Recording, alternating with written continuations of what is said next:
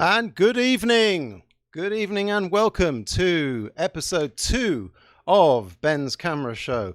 Episode 2, folks, and they said it wouldn't last. So tonight we've got some great cameras on show tonight. Said tonight twice. And we've got a guest and we've got amazing footage and we've got lots and lots of extremely sensitive information about Super 8 and stuff that they don't tell you down the Super 8 shop because the Super 8 shop is closed. So we're all on our own now. It's us and eBay and each other, and we're going to do what we can to keep this medium alive, and it deserves to be kept alive, as you'll see. I've got a special guest tonight. Mr. Pete Gomes will be joining us later.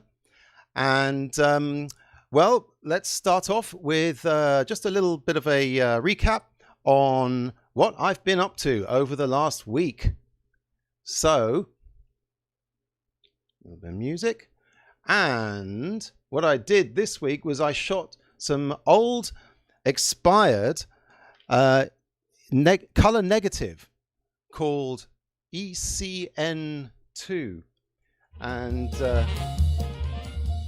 I don't just shoot this stuff, I develop it too. ECN stands for Eastman Color Negative. And the stuff I'm putting in the water there is called CD3, Color Developer 3, which I got from Phototechnik Suvatala in Hamburg. That's where you can get it. You can also get it from China, but you have to buy a ton of it. So it's a little bit more convenient to buy it in small packets. Now that's my Lomo tank there. I'm just decanting the bleach because there's a bleach stage. I'm going to go through all of this stuff later on in the series about how to develop film and everything. Really, it is the most cost-effective way to shoot films, shoot Standard 8, shoot Super 8. Is to develop it yourself, and it's very rewarding. That's me washing off the remjet. Remjet is a dirty word. It's a dirty stuff that's on the back of some film, some color film negative. And that's how Standard 8 looks after you've shot it on both sides. And that round thing there is a slitter. And it, as you can see there, it slits it right in half there. And then I put the two halves through my Wolverine scanning machine. Don't judge me, some people hate these things, but it is an extremely useful tool for the darkroom. That's the film being put through frame by frame, and that's it being scanned frame by frame. And then afterwards, I put it in Premiere, reversed it, and hey, we've got ourselves color images from film that was made in about 1983. It's got that expired look, those kind of blue highlights.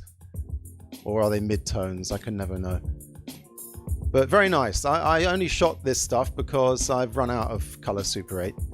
And I've got a whole bunch of this Standard 8 stuff. I shot this on a Bolex B8L out in the countryside.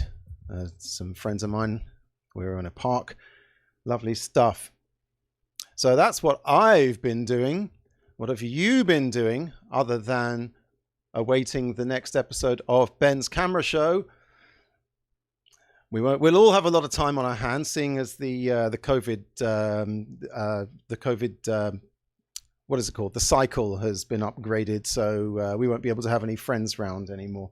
So that's fine by me. I'm just gonna dick around on cameras and keep putting out this show. But first, well, not first, but first thing I need to do is to get over into the corner box over here. So off I go, poof, and boing, here I am. Lovely stuff. Now, class, are you sitting comfortably? Because we're going to have a history lesson. I mentioned Standard 8.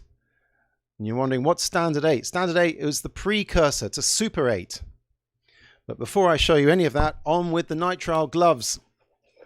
Got some rather strange comments last time about the Nitrile Gloves. Some of you have got some sort of something against them. But really, I don't put these gloves on every time I pick up one of my cameras to shoot normally. I'm not a psychopath. But when I'm demonstrating it, you know, I get hands all sweaty and I've got it on the cameras and the cameras are dirty and it just, the sweat mixes with the dirt and just, it's a nasty situation. So, Standard 8, as I mentioned last time. This is a camera. It's owned by Bertie, a client of mine. Bertie, I've still got your camera if you're watching. Crown 8 Model 88. Never mind about the camera. This is just to show you what the deal was with Standard 8, in that you were to load one roll here, and the film goes around past the gate and gets taken up on the other roll. And you would go about your business filming. Let's, there it goes. Lovely noise there. Let's have a... Hear that? Beautiful. Now, at the end of your film, you had to expose the other side. You saw those two sides that were exposed before. So this is what you have to do. You have to take your full film out, okay, and turn it over, and then put it round again, thread it through again, put it into the take-up reel, well, which was your reel with your film on it. Ah. All right, well, let's just pretend I managed to thread that.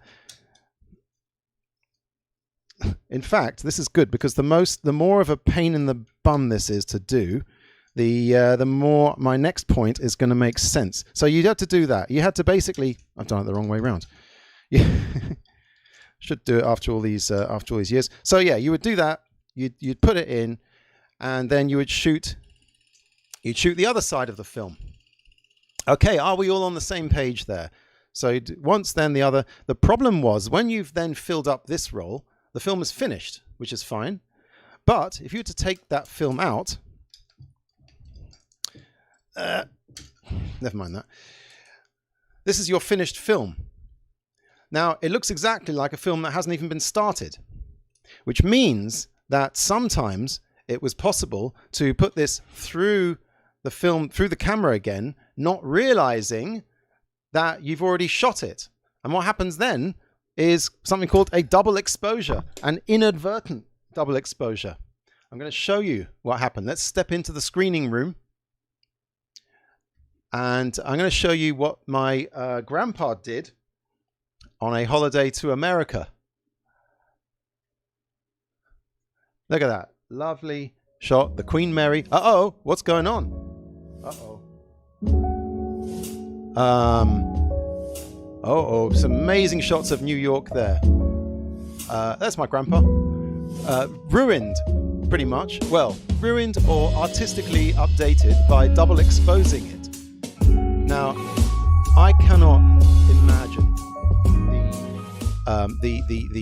the rocket that my grandma must have given him when they sat round the projector watching this at the end of the holiday. In fact, this is probably the best preserved of all of my grandparents' films, probably because they only watched it half a time, and after that, just the shame of it, he probably put it away in a box for like 30 years, and that was that. So yeah, so that's what can happen. That's what can happen when you do that whole business with the double exposure when you put a roll of film through the camera that's already been through once. Now, not only is that a possibility, but the actual fiddling around with the reels is a big pain in the bum too. So they came up with this. Oh, let's put on the there we go, Bellen Howell Zoomatic. This is a very interesting camera. This belongs to my grandmother, and it is the same model, same make, almost exactly the same model as the famous ZAPRUDER camera. Now, if you don't know who ZAPRUDER was, Abraham Zapruder was the guy who filmed the Kennedy assassination on one of these, very much like this. The only difference was that Zapruder's camera was a little bit higher spec. It had motorized zoom buttons on top. When you look at pictures of the Zapruder camera, look for the buttons on top. Otherwise, this is identical. So this camera was made with a different system, because by the time this camera came out, Bellen Howell and Kodak, they decided, well, this whole messing around with reels of film and everything is too much of a hassle for the home user. So they came out with this, which is a precursor to Super 8. It's standard 8, and it's called a magazine film. Look at that. Please replace this carton for its returning film. Returning film? What they gave you was this. Now, this is pretty much a film cassette. It's made of metal. The film, the rolls of film that I showed you before, are not inside these reels. It's just rolled up naked on one side, and you put it in, shut it, and film. And when you finish that side, you would take it out, turn it over, put it in, and Bob's your uncle, shoot side 2. Isn't that easier? Isn't that so much easier than the old threading it with a reel and everything? The only problem is it was still possible to double expose this this stuff. If you put it in 1 and you put it in 2, then you put it back in 1. There were a couple of safety features, but generally it wasn't an infallible situation. In fact, those double exposed shots of New York you saw before were shot on this very camera. Amazing piece of history here. Let's just have a look at the Zoomatic while we're at it. Now, this was made in the early 60s. Now, standard 8 was really coming along in leaps and bounds at this time. It's still clockwork. It still has this nice little handle for winding up the motor. It's got this very nice little indicator here that shows you how much wind you have, how much power you have in your wind. And here, let's get the focus up there. There's your shutter stop and start button. Okay, so there's this button. You push it down to run normally. Let's get the mic on there. So you push it down to run. You push it up. It says animation. What that is single frame. Oops. Can't hear me and the camera at the same time. So if you push it up, it's animation. So it just clicks once, holds up to the. That's a single frame, one at a time. And this is more interesting. If you push it down and then while it's running, push it down further, it says slow motion. That means it speeds up. So it does the motor speeds up on, whoa, fast motion. So you see if Zapruder had pushed that button down just a little bit more when the old shots rang out, then he would have caught JFK's head going off in amazing slow motion. But he might have run out of film before the other shot from the grassy knoll. So it's probably best that he just kept it running normally with a very steady hand, I've got to say. Now, yes, it's very heavy. It is heavy. Now, there are some comments coming through already on the chat.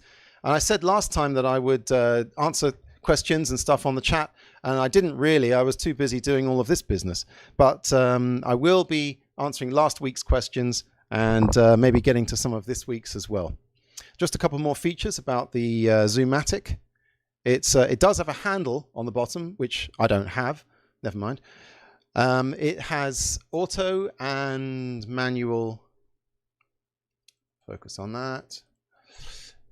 You set the film ASA speed here with this meter here, and it has auto, or you can just go manual with that. See that orange thing there, that orange line? That's got your f-stops, 22, 16, 11, 8, whatever. And here, this little knob here, that puts your sun filter in and out, like if you're using tungsten film or daylight film. I think they call it type A and type G and weird things like that. Focus, zoom, very nice camera. In fact, let's see how much they go for these days. If you want to get yourself an authentic ZAPRUDER camera.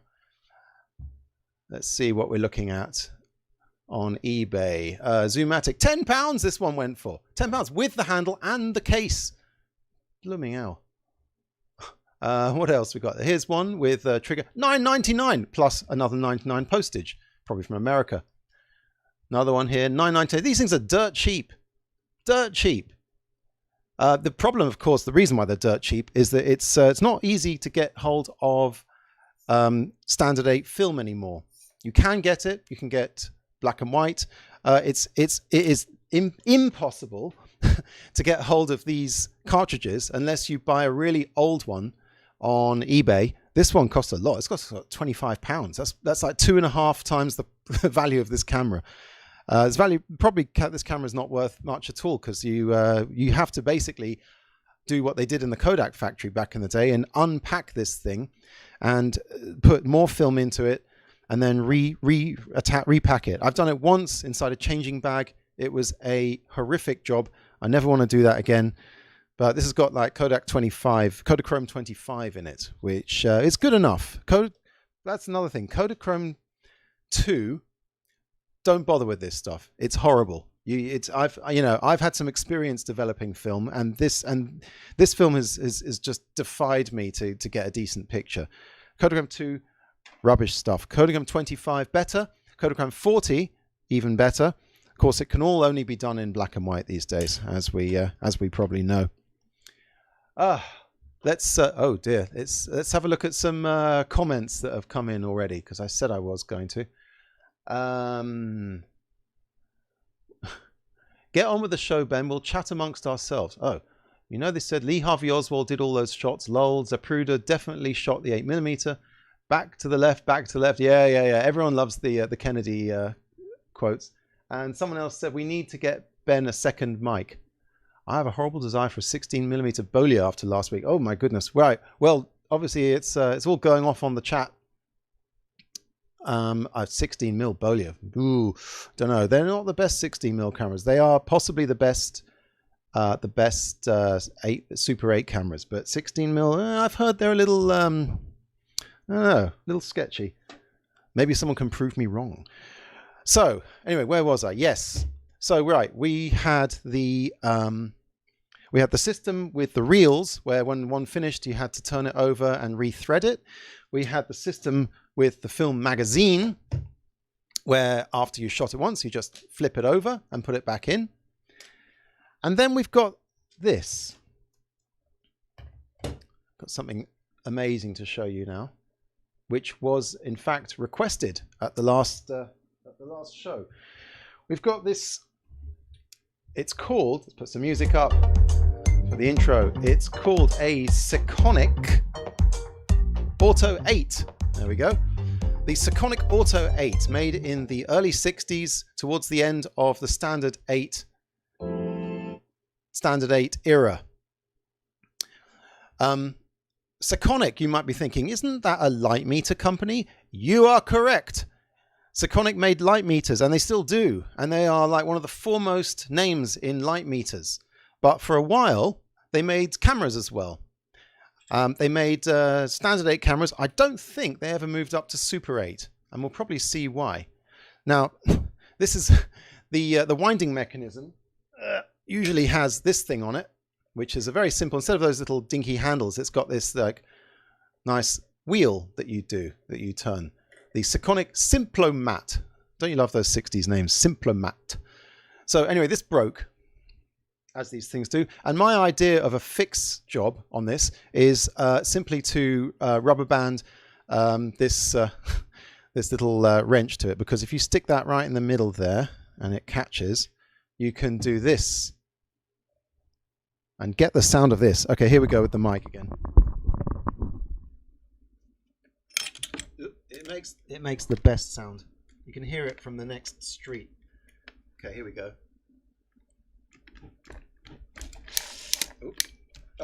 Okay, it doesn't need winding up because I already wound it. All right, well, let's just unwind it. Let's just hit the button. You're not supposed to see that, by the way, that cog mechanism. It's very steampunk, and if you touch it while it's going around, that thing's covered in some pretty nasty grease. Okay, so now it's wound down enough, and when you... that is the best winding sound of any camera I have. And just so you can get the full sound of it, here it is, up against the mic. Listen to this.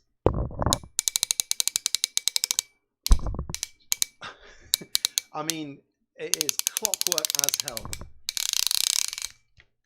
And there's some power behind it. You can feel it's really resisting my my turns. So, what's special about this, other than the fact that it looks like... I got this picture already. It looks like a sunfish, in my opinion. I think those Japanese camera designers really knew what they were doing. They eat sunfish, don't they? Probably. Anyway, I'll keep that as the background. Okay, so here's the deal. Right, I can't open this with the nitrile gloves on, but now I have a plastic knife, which I'm using instead of fingernails. And off comes... There we go, and that's our normal kind of standard 8 assembly there, right? Doesn't have film in it right now. Doesn't matter, because I'm going to show you something abso-bloody-lutely amazing. Okay, supposing you've been shooting, blah, blah, blah, and you've run to the end of that reel. All the film has come out of here. You've exposed it. It's come around here. Oh, God, time to switch all the reels around and everything. But no, the SEKONIC came up with an amazing design. Because all you do, and if some of you have seen my channel before, will know exactly what's coming here. You flip this, and the entire film compartment turns over. And then, as you can see, on this side, see, now the reels are reversed position. Let's do that again. So let's put that back on. And turn it right the way through. Now I'm going to stop halfway. What they've done basically, and this camera weighs something like a kilo and a half, it's bloody heavy, is that they've created this entire kind of pivot and vice framework here, and this very complicated rotating camera compartment, because then you just do that and then off you go, film some more. And it's run out of power again. Let's wind up again. I never get bored of that. In fact, I'm going to show you something even cooler. Well, not even cooler, but this is a way to see what's going on. Okay, so watch this. And I was practicing this. I'm probably going to screw it up, but I'm going to keep the camera compartment in the same place and rotate. There we go. Rotate the entire camera around. Isn't that absolutely amazing? And then lock it in place, and off you go, filming some more. Now, I was trying to find think of an alternative, of a metaphor for this camera, or maybe a simile, I don't know. And that is, do you remember those turntables for a while in the early 80s where they tried to do away with the whole business of having to lift the record up, turn it around and put it back on the turntable? So what they did, they made a sort of an upright turntable that you slid the record into, and then it would then play it on one side and then have a needle on the other side and play it on that side. A very convoluted mechanism to do away with what really wasn't that much trouble, i.e. flipping a record over. And the people who made those turntables believed that that was the way of the future. Instead, it only lasted about like a couple of years, and then they just disappeared. So this is kind of the equivalent of that. The other, the other simile I thought of was imagine a company that makes false teeth. They're really good at making false teeth. They decide to build an entire robot, and the robot goes crazy, and it's far too heavy, too engineered, and kills a bunch of people. But it's got lovely teeth. That's what the SEKONIC Auto 8 is like. It's basically the answer is, if you're a light meter company, stick with what you're good at, and don't try and reinvent the wheel, as they say. While we're at it, I can show you a couple other things about the SEKONIC. As you can imagine, it's got a kick-ass light meter on it, which I haven't got a battery for, so it's not actually working for me. It also has, very useful, it has manual iris there, so you can go all the way from f1.8 up to f16, so you can do it all. You can meter externally. It's got a zoom, not particularly powerful zoom, but it's okay. And here's the focus, the manual focus, which goes all the way down to 1 meter. 1 meter all the way up to, well, of course, infinity. So let's have a look at some footage shot on this thing, because of course on Ben's camera show we don't just show you the cameras, we show you footage that I've actually shot on these cameras, because that's the real information. I was looking at a guy who was demonstrating a camera, and he did a nice demo, and that was it. He just showed us the camera, which was no bloody good at all. You want to see what was going on. So let's go into the screening room and get rid of that.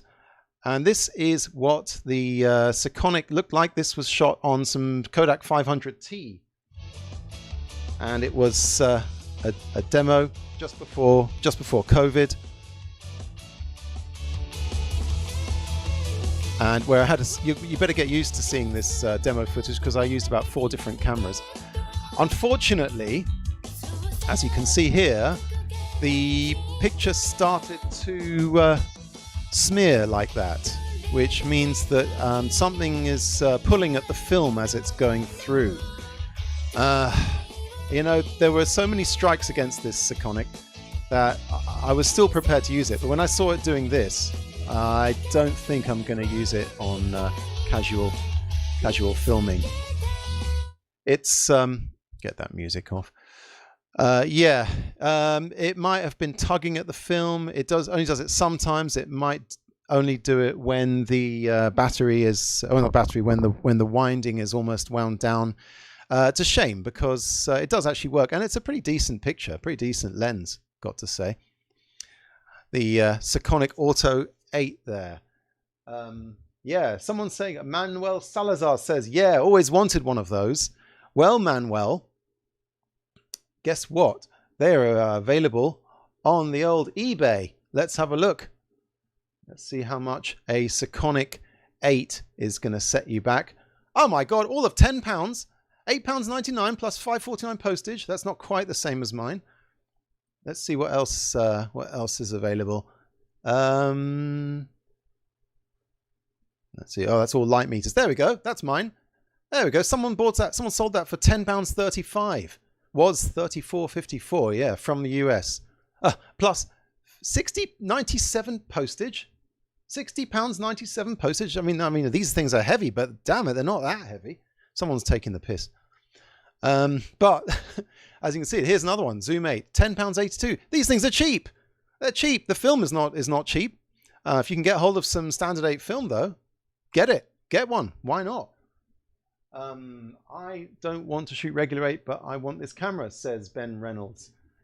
Yeah, well, you can have mine, really, if it's gonna give that crappy. I'll sell it to you for $9.99. How about that? Cheaper than eBay. So yeah, it's a very interesting camera. It's an interesting time for camera design. The early '60s. It was when Standard 8 was just about giving over to Super 8.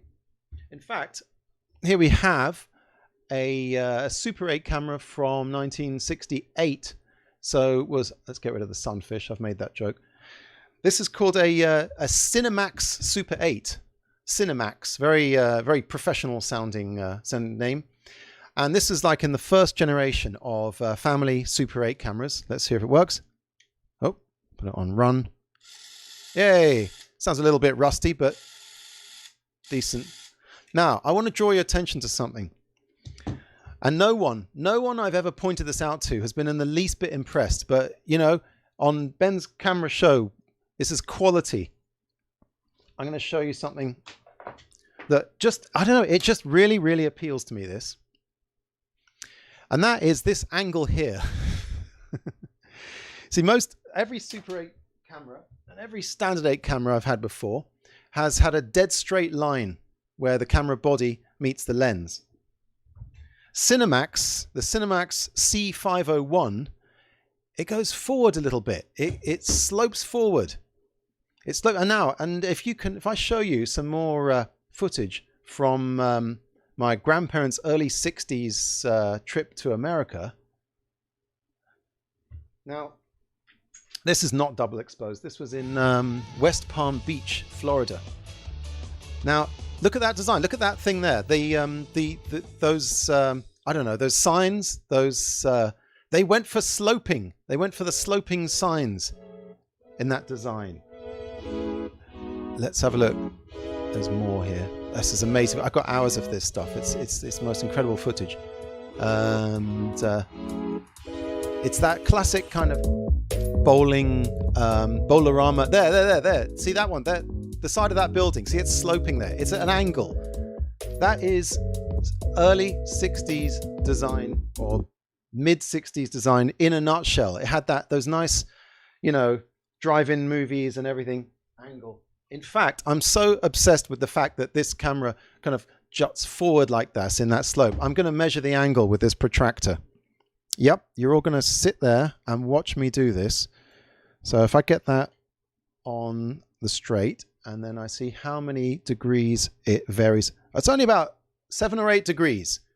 7 or 8 degree angle forwards, and boom, you're in 1968. I think this one was made. Nice little. Uh-oh, it still says SEKONIC Auto 8 on my sign. Oh dear, that's unforgivable. Cinemax 501.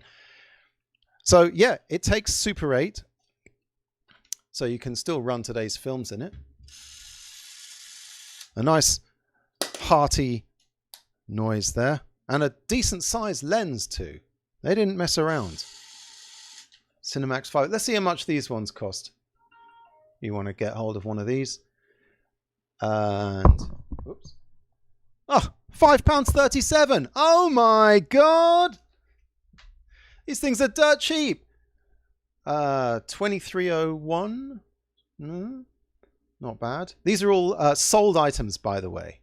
Sold. They have already been sold, which gives you a better indication of their actual value than like some chancer asking £1,000 for one. So yeah, Cinemax. I mean, I haven't actually shot anything in that one. I know I said before about all that business about, oh yeah, I'm going to show you the footage as well as showing you the cameras. No, I haven't used that one yet, but I will do so. In fact, I would like some suggestions from you lovely people about what to shoot. Because there's a lot of footage that I've shot on these cameras which I can't show you because it's got, like, you know, personal family stuff in it. And I'm getting a bit bored of just shooting hedges and flowers and stuff. So yeah, give me some ideas about what I should shoot before next time, and I'm going to go out and shoot it. Someone said something for me, Canon. Oh, beautiful footage. Well, thank you. That was Skabinowitz said that. Beautiful footage. In fact, instead of just trying to read all those questions, I have actually got last week's questions written down. So I'm going to quickly go through these now. I'm going to answer your questions a week late. So hopefully some of you who asked questions in the chat last time are here this week. Tanner Martin says, I have some freezer stored Ektachrome 160 sound film that expired in the late 90s, so it'll probably be the best I'm going to get in terms of modern sound film. Any recommendations for developing it? Yeah, you're right. It is the only sound color film that you can still shoot at the moment, the Ektachrome sound film. I haven't developed that particular one yet. I've been told that E6 is the developing developer you want to use that for. And it's yeah, watch out for your temperatures, I think. Root Jerky says, any tips for shooting Tri-X? Yes, you're watch out for your automatic metering. The camera may meter it at 160 ASA, but Tri-X is in fact 100 ASA. So whatever the camera tells you to shoot, overexposed by a stop. And Tanner Martin also says, any experience with the Fairchild Standard 8 sound camera models? This is true. There was like one camera that could shoot sound on Standard 8. I have not had an experience with it. I'd love to get hold of one of those. He also said, have you had any experience with the 200-foot Super 8 film carts? 200 foot? 200, what is he on about? This is what he's on about.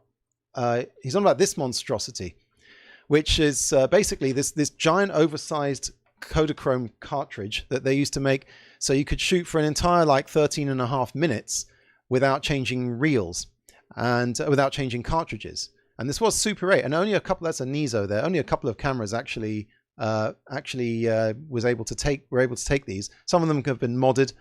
The Canon 814 XLS and 1014, I think they could be modified to take these things. The only ones you can get of these giant cartridges these days are Kodachrome. So you've got that problem with Kodachrome only coming out in black and white and being a pain in the bum to develop. You might think, oh, I'm going to take the film out and put new film in it. No, you're not. These cartridges are very difficult to open. If you replace the film, firstly, you've got to find 200 feet of Super 8 in one reel. Good luck with that. And then you've got to try and open this thing up, get it in complete darkness, rethread it. People have tried this and they've reported light leaks because these cartridges were not designed to be opened up and reloaded like a 16mm magazine. Another question. Moofy says, please have that one with the flippy over mechanism that was amazing but also insane. Done that. Hope you enjoyed that, Moofy. Bad Karma 714 says, wonder if they use those cameras to film adult films. A very good question. And I've got a very good answer. Yes. Yes, they did. They made porno films on Super 8 back in the day.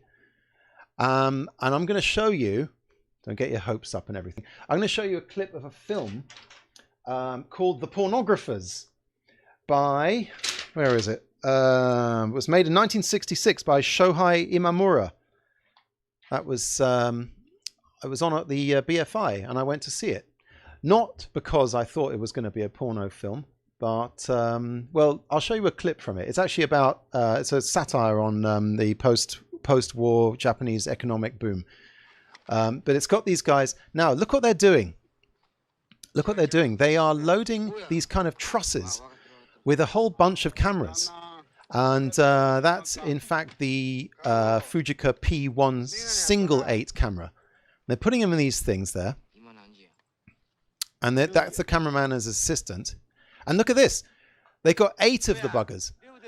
So they single 8 were very slim cameras. So you could actually put them in something like this. And then with you, your 4 of your fingers and 4 of your assistant's fingers, they were able to film 8 rolls at the same time. So they were able to make 8 copies straight off of whatever porno is going on.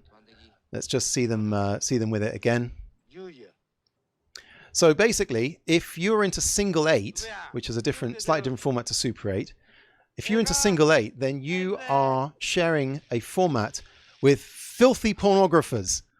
Let that sink in. Now, are there any Super 8 drone cams? Asks Borable.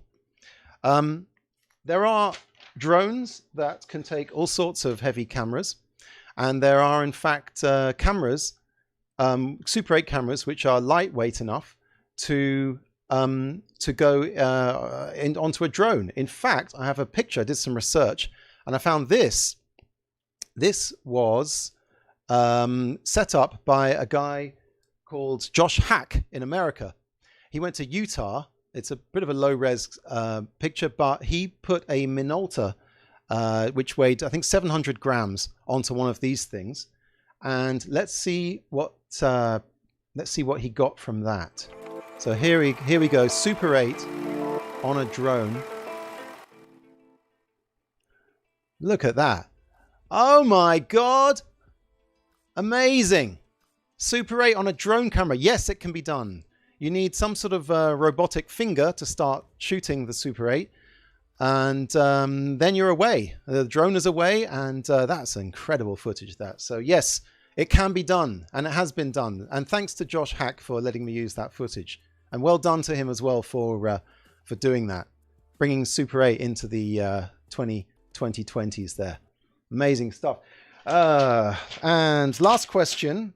Melissa Simpson asked on after the show, can you talk about different kinds of film available for Super 8? Seems like we've got ourselves a beginner here, and it's a good question, and I prepared an answer here. If I can find my, if I can find the, here we go. Yes. Now, I made this on Photoshop. So these are the different types of Super 8 film which are currently available for Super 8.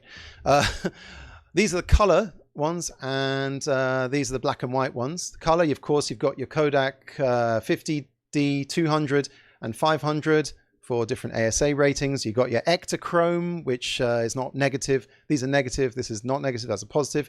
You've got this Carl film. It's the only one available on on8mil.com. You can get that from there. As for black and white, you've got your Tri-X. You've got your Fomapan R100, which you can get from small816frame.ru. And you can get this Orwo UN54, which is a 100 ASA. It can be done, excuse me, I just burped there. It can be done in 100 reversal or negative. And this Orwo N74, which is a 400 ASA, very fast black and white film. And they're available from mononoawarefilm.com. So there's your answer to your question there. And moving right along, is that all the... how do you digitize your footage? Asked Ben Reynolds. Yes, I've shown you that. I use I use a Wolverine for that. And that was last week's question. So don't say I don't do anything for you. Right. It's time for a guest. Yes, that's right. We are very privileged tonight to have a artist filmmaker and an artist filmmaker by the name of Pete Gomes. Let me just unmute him and see him in the... Let me get my headphones on so I can hear him. Pete, can you hear me? Yes. Hello, Ben. Nice to have you on the show. Thanks for coming on. I very much like your London Weekend Television T-shirts. You know what? It's not quite London Weekend Television. This is made by a guy called Sean Reynard. All-round artistic genius, Sean Reynard. Obviously, it's something very peculiar at the end of that. Yeah. London Weekend Toothpaste. And most people don't even notice that. But I actually noticed the stripes. You know, it wasn't even the whole. Yeah. Shall we sing a chorus? There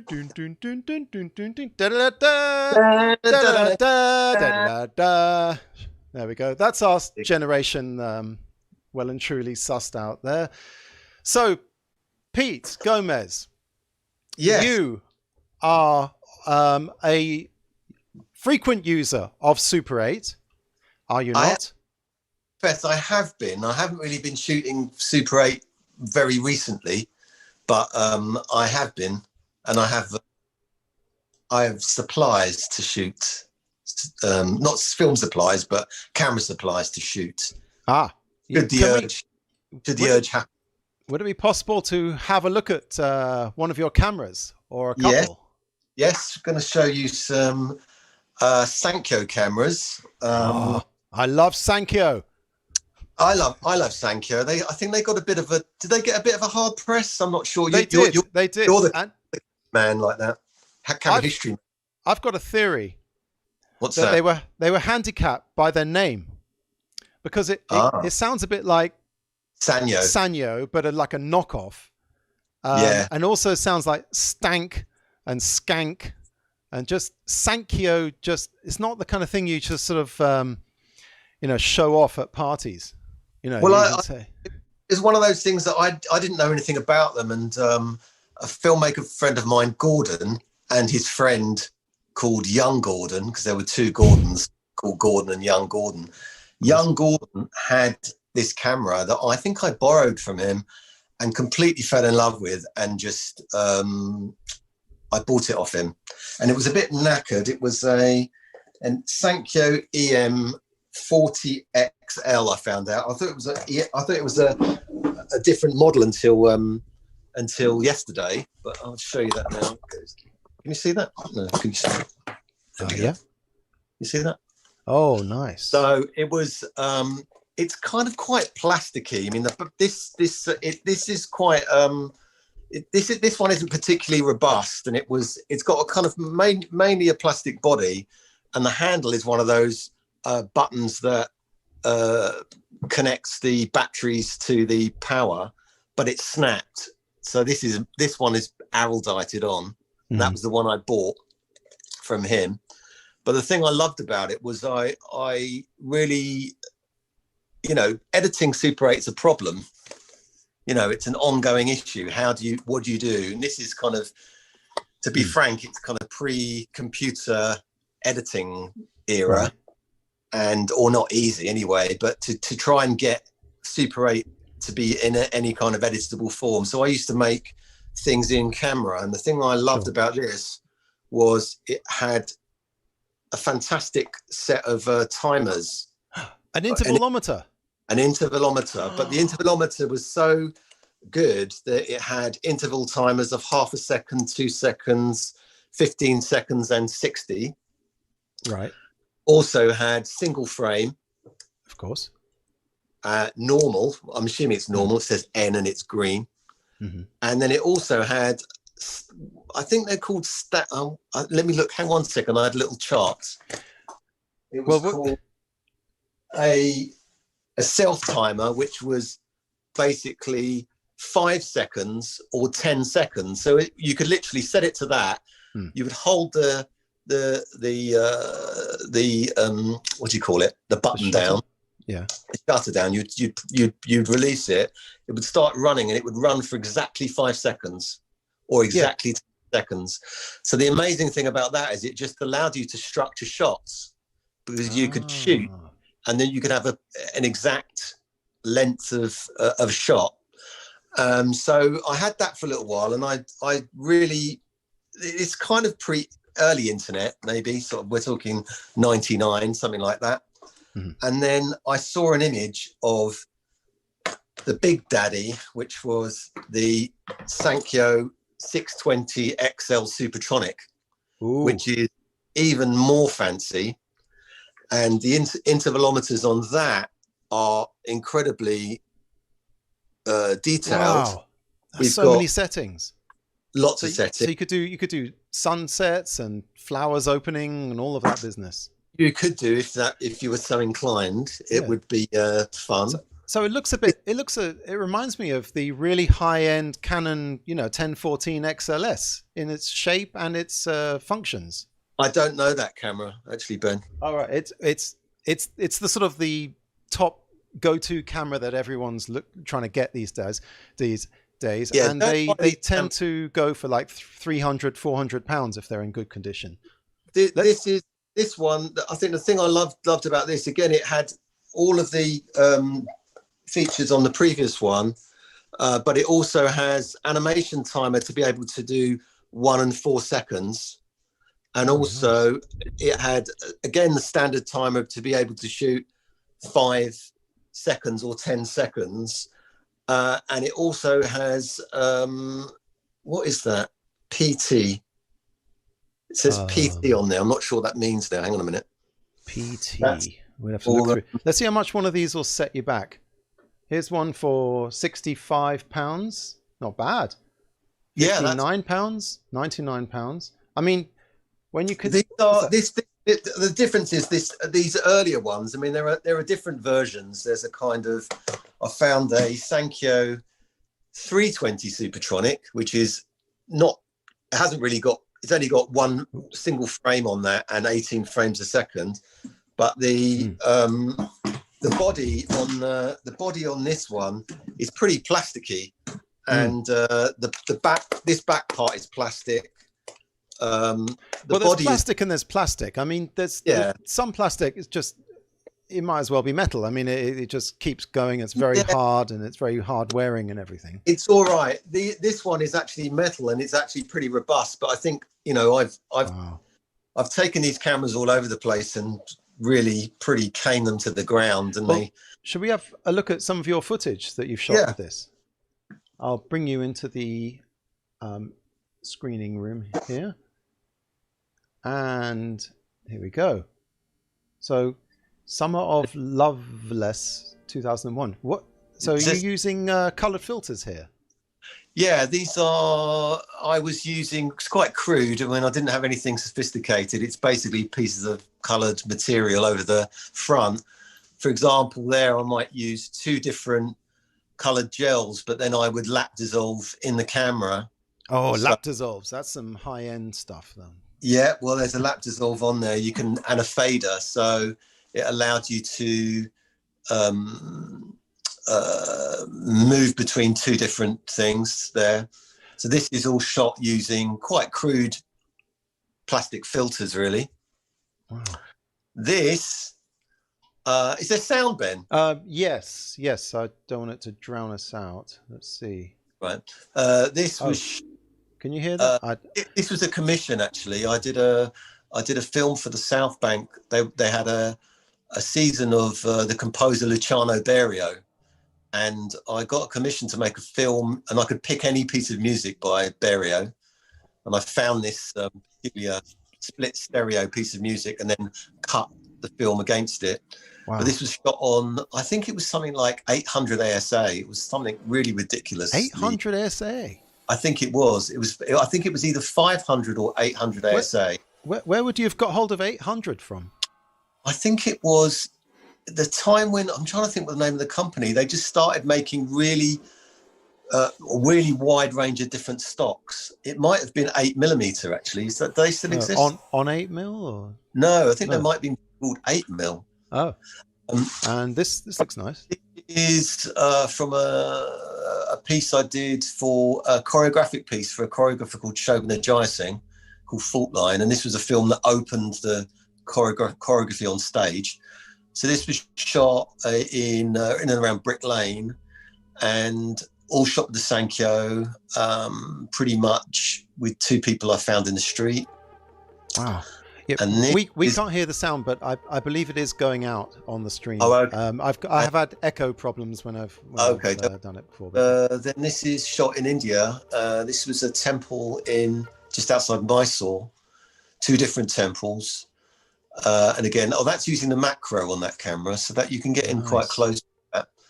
And then the rest of it, I walked around the whole temple. I don't know how many times. Sometimes with a timer on, so it was shooting every 1 second to or whatever it was. I can't remember now.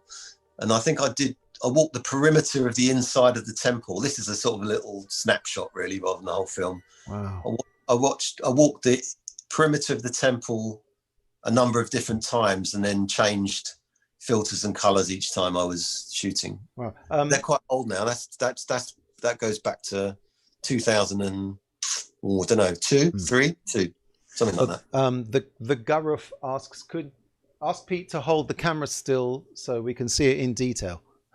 Oh, sorry.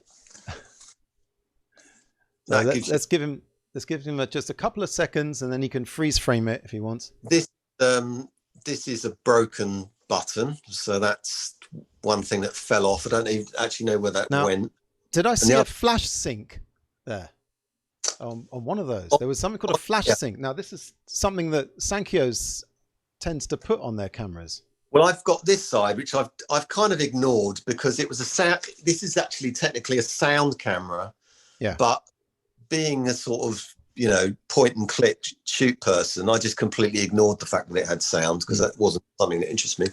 On that side, it's got little the inputs. Yeah. The flash sync, what's that? Okay, I'm going to show you what I'm talking about because I've got this all lined up. This is for you people at home. Let's put Pete into his own little box there, and I'll get that off. Right. This, one of my favorite cameras. It's a Sankyo. It's a Sankyo ES44XL. Oh. Now, the ES range are some of the most underpriced and full-featured and brilliant Super 8 cameras you're likely to get. And they have this thing here. Okay, well, I'll go through the features quickly. Battery tests, yes. That's where the Sankyo name badge was. And it's really difficult to find one that has where the name badge hasn't fallen off. For some reason, Sankyo used really bad glue, or for some reason there was a little S there which just never stayed put. So a lot of these have got kind of holes in the side because of this. But of course it does single frame, 9 frames a second and 18 frames a second. That's on single frame right now. It's got a very nice lens. It's got manual and automatic iris adjustment. It can meter Kodak 50D and 200T, and you can put 500 in it as well, but just meter it yourself.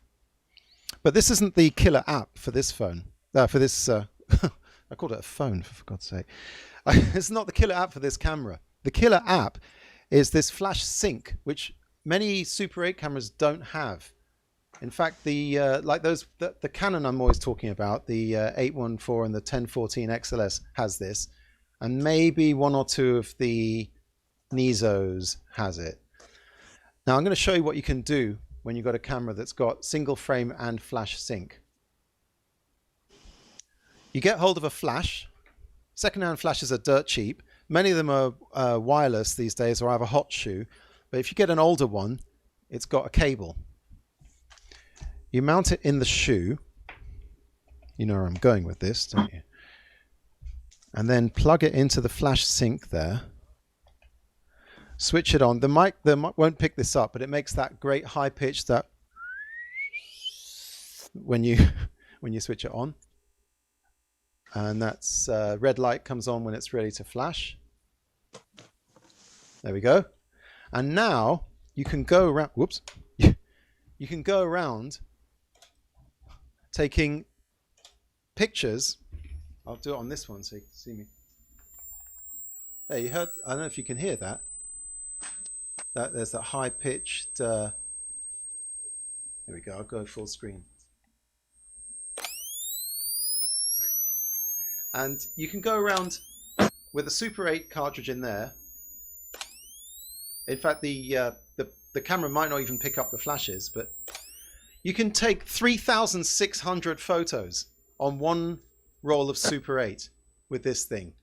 This has got a flash sync, actually. Brilliant. But I didn't know what it... flash. Have some fun. I'm going to show you some footage of what happens when you go around taking pictures on a... on one of these Sankyo ES44XL with a flash. Let's see. Here we go. This is if you just project it normally. Wow. This is what you get. Yeah, this was at an Exploding Cinema show.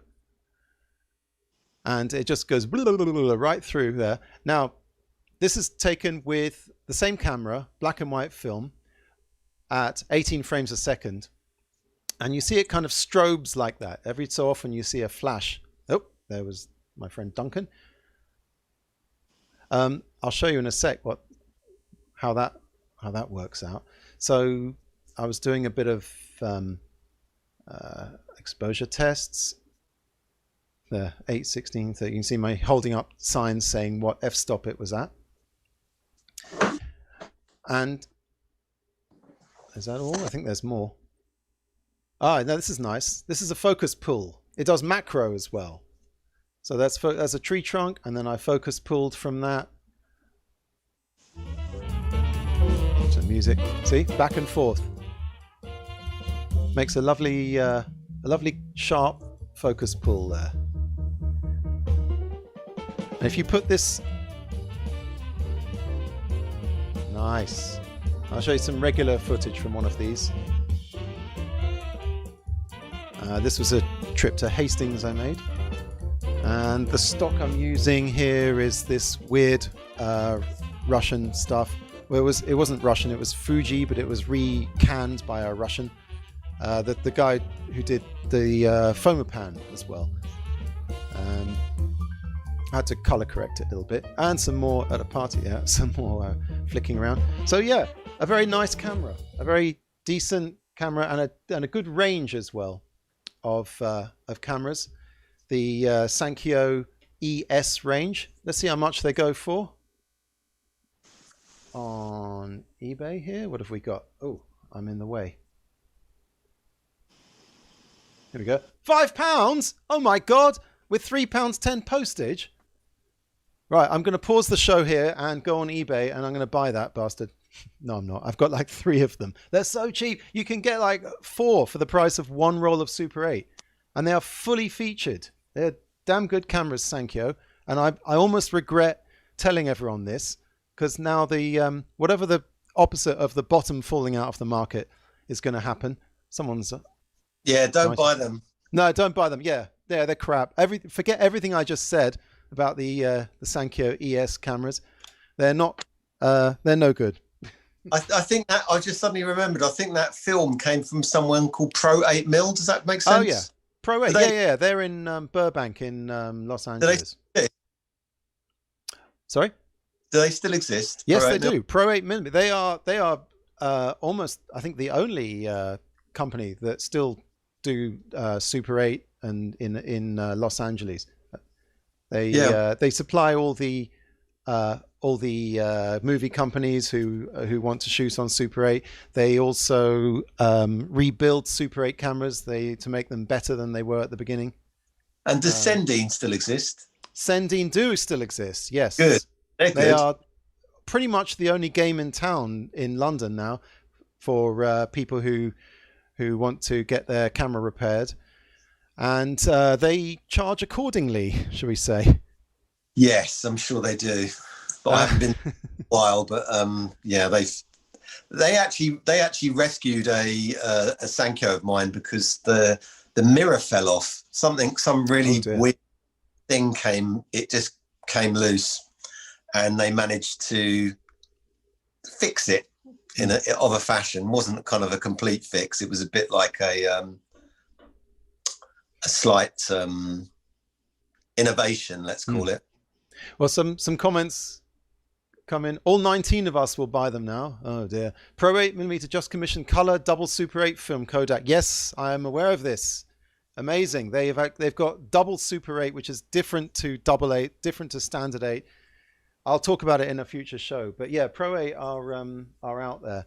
And someone says Sendine are bloody expensive. Well, that's the thing. If you can hang on long enough, until you're the only game in town, then yeah, you can charge what you want. But when I mean, I know it's not the right thing to do, but you can just go to eBay and buy one that's not broken, and then of course that might break, and eventually there will be more broken cameras out there than working ones. Actually, there are already more broken ones than working ones.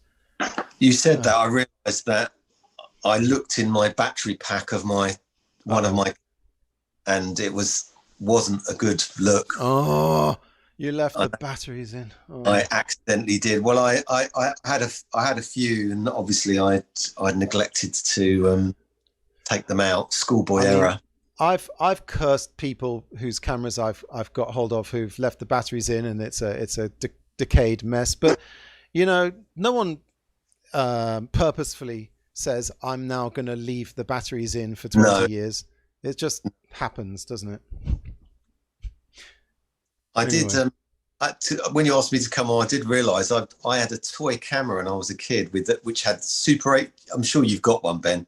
Those movie viewers with a slot-in cartridge that you would like look through. So that was a kind of an early toy actually. When I was which is all that's right. Same How about size as, there's those ones where you just kind of watch through it and turn the handle, and a cartoon would be on repeat. They were fun. They were fun. And Moofy says on 8mm fixed mine last month, and the guy there is really nice. Okay, so Sendine aren't the only game in town. So anyway, Pete, thank you for coming on the show. Cheers, thanks, Ben. It's been great to talk Sankyo with you, and I'll leave you with this little tidbit I found while doing some research, and that is that Sankyo have a long and interesting history. They started off making music boxes, and then precision engineered components for various companies, and then I found this in their chronology, which is amazing. Where is it? Standard motors for VCRs, AV system, but Skilam assembly robots. They got busy, Sankyo, but they made. Oh, I'm looking for it now. Machine tools for numerically controlled machinery developed. It's all a bit technical. And then I found. Oh crap, where is it? Something amazing that they did. Solar glass substrate handling robots, bed-ins, whatever that means. Do they still exist? The company? Optical image stabilization. So yeah, they're sort of they've sort of done everything. Sankyo. Here we go. Look. Look at the bottom. Sales of an AC servo systems for use in industrial machines began RoboDoc, a world-first surgical robot developed. Wow. In 1993. Wow. Now, I'm thinking of Look Around You, the Medibot robot. Now, if they were doing it in 1993, why aren't we seeing them now? My guess is that the Sankyo faceplate came off, and no one knew where to go to get spares. Right, so that was the Sankyo, and Pete, as I said, thank you very much for coming on. Cheers. And my God, the time has flown by. It's already 8 minutes past 8, which means that it's time for the live Super 8. Come on now. Hooray. I'm going to mute you, Pete. Which means that I am going to switch over to the projector and the DSLR. Switch the DSLR on. And there's the projector. So this is proof that this is actually happening. This isn't just a... and we're going to watch some Super 8. We're going to watch something that I filmed in 1990. Just excuse me a moment. I'm going to turn the lights off.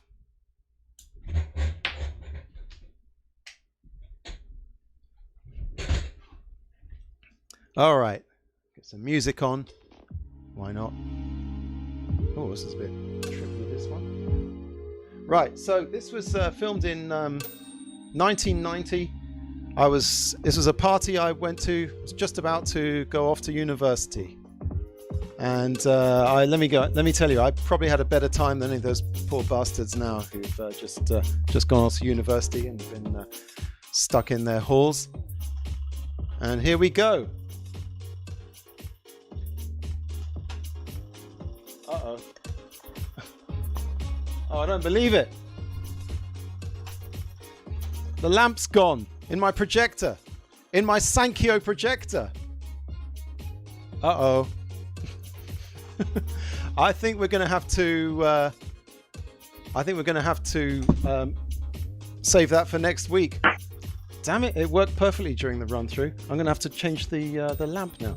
If I hit it a few times. It's just a loose connection. Was it a live Sankyo Sound 702 projector.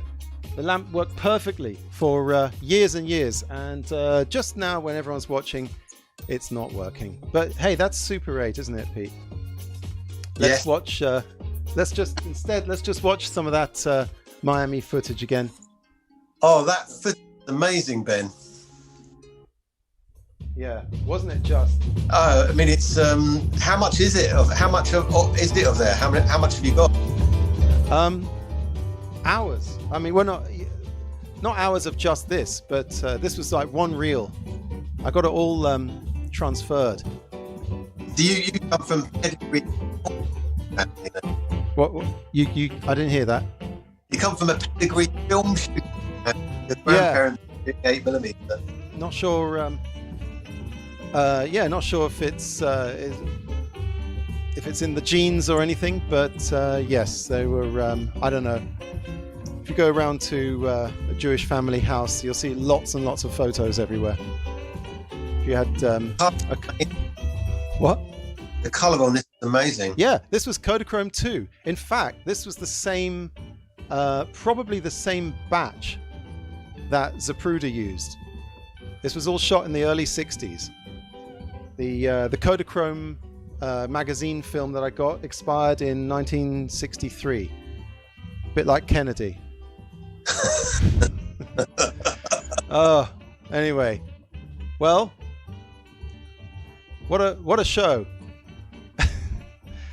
Thanks again, Pete, for coming on. Thanks, Ben. It's a great show. Thank you. And anyone out there who wants to come on and do a show us some of your cameras, and then drop me a line, and I'll look at all your comments now. I'm going to be on the on YouTube. I'm going to be answering any more questions you all have. And thanks to Josh Hack for that drone footage. Oh, that's amazing. Yeah, wasn't it just? Where did you find that? It was someone from Pro 8mm did a link to it on Facebook, and this Pro 8. It was Rhonda from Pro 8mm linked to it, and then I got a hold of Josh Hack yesterday, and he very kindly said, "Yeah, sure, go and use the footage." Great stuff. Ben Reynolds asks, can you take us through your Kodachrome exposure and developing process at some point, Ben? Cheers. Absolutely. Anything for a fellow Ben. Another fine show. Listen to that. Look at that. What a nice man. Right. I think that's about it then. I'm going to slip into a long cold drink. And, we're going to see you all next week, I guess. The 22nd. Why not? And until then, keep shooting, everyone. And here's the end stream button. Last thing we'll see. And come back next week and tell your friends. And I've got, I went through about 5 cameras today. I went through about 5 cameras last week. And if I keep going at this rate, I'm going to run out of cameras in about 20 shows. Bye, everyone. Thanks for tuning in. See you next week for more cameras and stuff. Bye.